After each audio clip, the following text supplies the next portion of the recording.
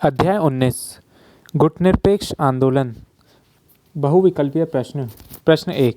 सितंबर 1961 में बेलग्रेड में आयोजित प्रथम गुटनिरपेक्ष शिखर सम्मेलन के समय इसके सदस्य देश की संख्या थी। पहला 25, दूसरा 101, तीसरा 118 या चौथा 120। सही विकल्प है पहला 25। दूसरा, गुटनिरपेक्ष देशों का शिखर सम्मेलन साधारणतया होता है। पहला 1 वर्ष की समयावधि में, दूसरा 3 वर्ष की समयावधि में, तीसरा 4 वर्ष की समयावधि में या चौथा 5 वर्ष की समयावधि में। सही विकल्प है दूसरा 3 वर्ष की समयावधि में।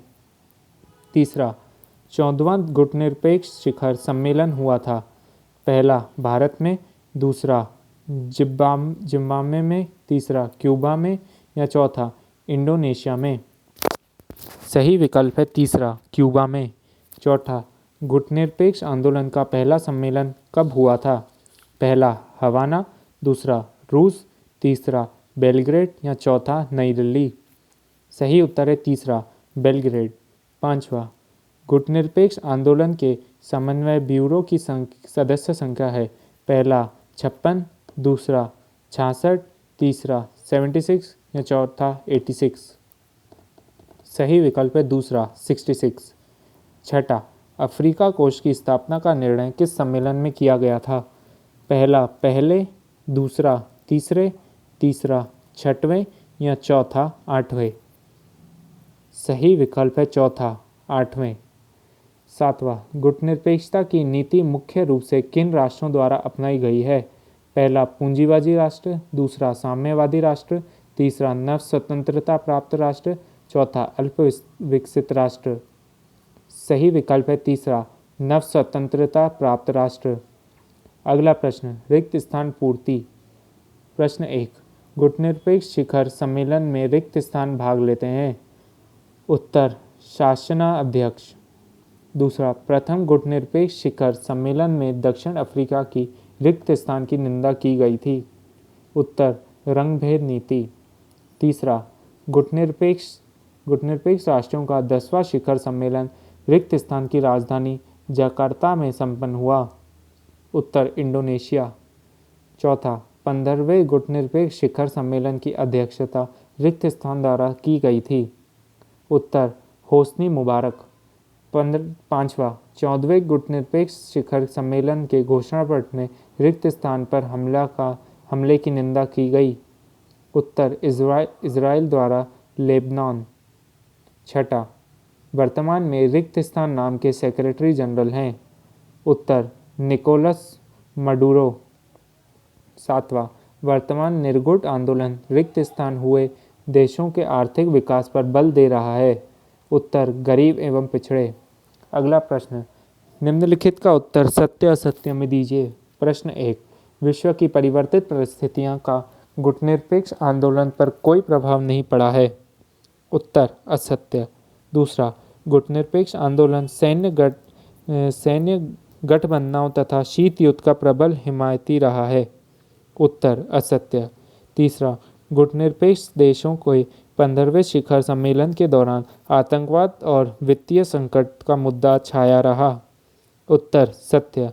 चौथा, यूगोस्लाविया की राजधानी बेलग्रेड तथा क्यूबा की राजधानी हवाना में 2 बार गुटनिरपेक्ष शिखर सम्मेलन आयोजित किए जा चुके हैं। उत्तर, सत्य। पांचवा, गुटनिरपेक्ष देशों का 7वां शिखर सम्मेलन नई दिल्ली में हुआ था। उत्तर, सत्य। छठा, बांडुंग मलेशिया का एक नगर है। उत्तर, असत्य। सातवां, हवाना शिखर सम्मेलन 2008 में डरबन में हुआ। उत्तर, असत्य। आठवां गुटनिरपेक्ष शिखर सम्मेलन भारत में हुआ। उत्तर, असत्य। 9वां, गुटनिरपेक्ष आंदोलन अब अप्रासंगिक हो गया है। उत्तर, सत्य। अगला प्रश्न, सही जोड़ी बनाइए। प्रश्न 1। जकार्ता शिखर सम्मेलन। उत्तर, सन 1992। दूसरा, गुटनिरपेक्ष पर्यवेक्षक देशों की संख्या। उत्तर, 17। तीसरा, 13 वर्षों के लंबे अंतराल के बाद निर्गुण आंदोलन के साथ जुड़ा देश? उत्तर कंबोडिया। चौथा, गुटनिरपेक्ष शिखर सम्मेलन में अतिथि देश? उत्तर जर्मन तथा नीदरलैंड। पांचवा, हरारे शिखर सम्मेलन? उत्तर सन 1986। अगला प्रश्न, निम्नलिखित का उत्तर एक शब्द या वाक्य में दीजिए। पहला, NAM से आप क्या समझते हैं? उत्तर नॉन अलाइड मूवमेंट अथवा गुटनिरपेक्ष आंदोलन। प्रश्न 2, विश्व राजनीति में गुटनिरपेक्ष राष्ट्रों के संगठित समूह को क्या कहते हैं? उत्तर गुटनिरपेक्ष आंदोलन।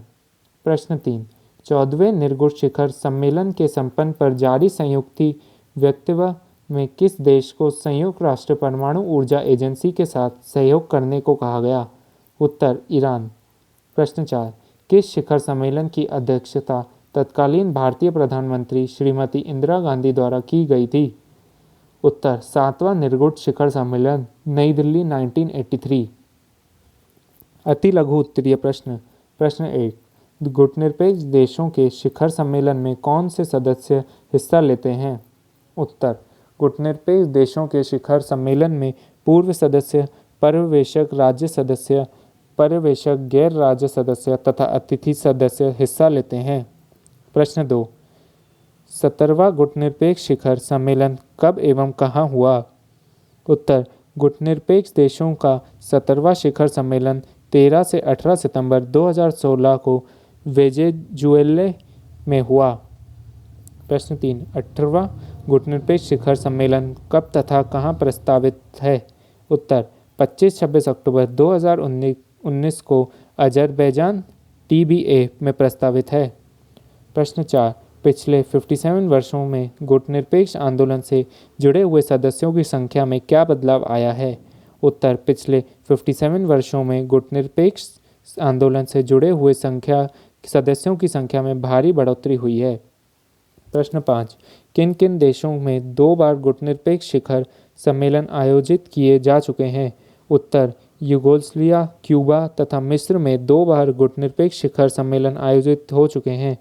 प्रश्न 6, गुटनिरपेक्ष आंदोलन के 16वें तेहरान शिखर सम्मेलन में किन 2 देशों को आंदोलन का सदस्य बनाया गया?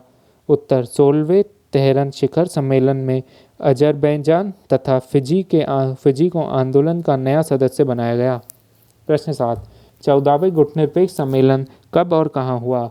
उत्तर 14वां गुटनिरपेक्ष शिखर सम्मेलन 16-17 सितंबर 2006 को क्यूबा की राजधानी हवाना में हुआ था। प्रश्न 8, गुटनिरपेक्ष आंदोलन में भारत की भूमिका को 2 बिंदुओं में स्पष्ट कीजिए। उत्तर, पहली पॉइंट, भारत ने प्रारंभ से ही रंग भेदभाव का विरोध किया है। दूसरी पॉइंट, भारत ने पर्यावरण की सुरक्षा तथा परमाणु निशस्त्रीकरण पर जोर दिया है। प्रश्न 9, समसामयिक विश्व में गुटनिरपेक्षता तथा गुटनिरपेक्ष आंदोलन की क्या प्रासंगिकता है?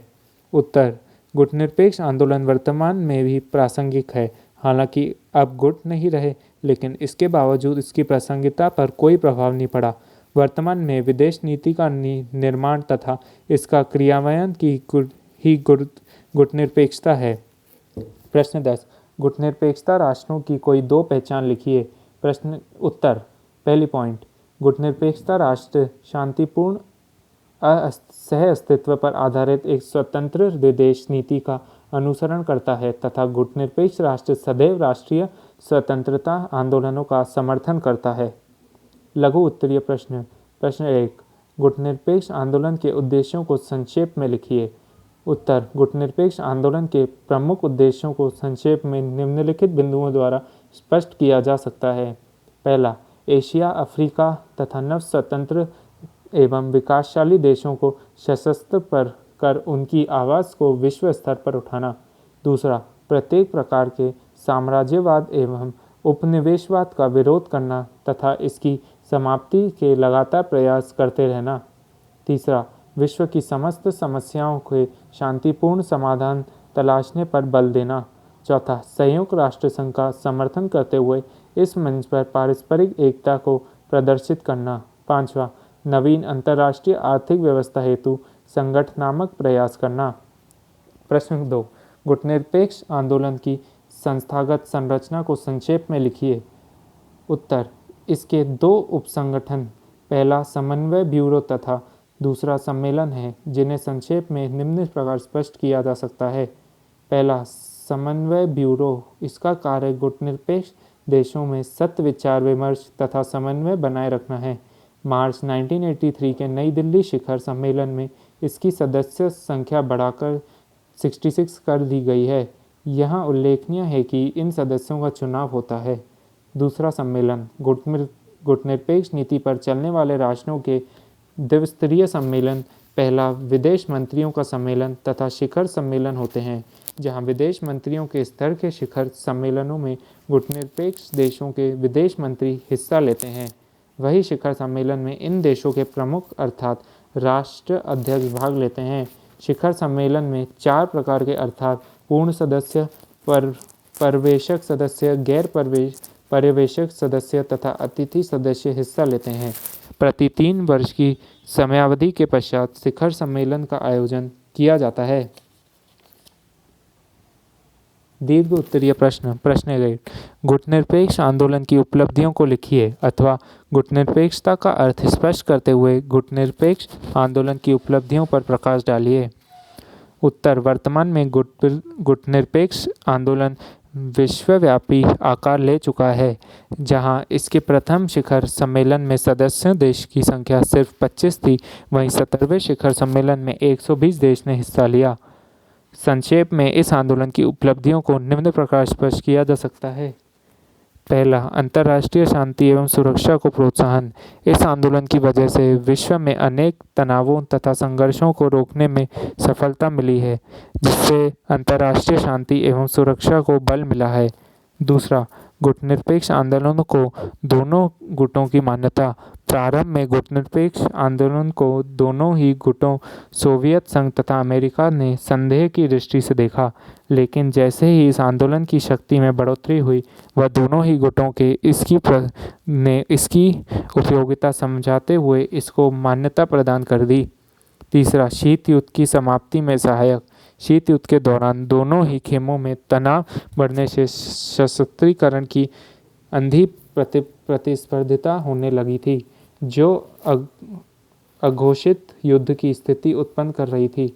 इस तनाव को कम करने में गुटनिरपेक्षता आंदोलन की उल्लेखनीय भूमिका रही। चौथा, निःशस्त्रीकरण में सहायक। गुटनिरपेक्षता देशों में निःशस्त्रीकरण तथा शस्त्र नियंत्रण हेतु विचार विमर्श की भूमिका का सफलतापूर्वक निर्वहन किया। भारत में 1954 में आणविक हथियारों के परीक्षण पर जो प्रतिबंध के प्रस्ताव रखे, वे 1963 में आणविक प्रशिक्षण संधि के रूप में फलीभूत हुए। पांचवा, छोटे देशों की उपयोगिता। शुरुआत में संयुक्त राष्ट्र संघ बड़े देशों के हाथों का खिलौना था। धीरे धीरे नए स्वतंत्र देशों ने गुटनिरपेक्षता आंदोलन में सम्मिलित होते हुए संयुक्त राष्ट्र संघ की भी सदस्यता हासिल की। यह नई गुटनिरपेक्षता देश के एकजुटता के साथ संयुक्त राष्ट्र संघ के उद्देश्यों को पूर्ण करने में अपना अपना योगदान दिया। 6, स्वतंत्र नीति का अनुसरण। गुटनिरपेक्ष आंदोलन के सदस्य देशों ने अंतर्राष्ट्रीय राजनीति में अपनी स्वतंत्र नीति का अनुसरण किया। अफगानिस्तान, कंपूचिया, वियतनाम एवं क्यूबा संकट के दौरान गुटनिरपेक्ष आंदोलन के सदस्य भारत ने अपनी स्वतंत्र विदेश नीति का परिचय दिया था। अध्याय 19 यहाँ समाप्त हुआ।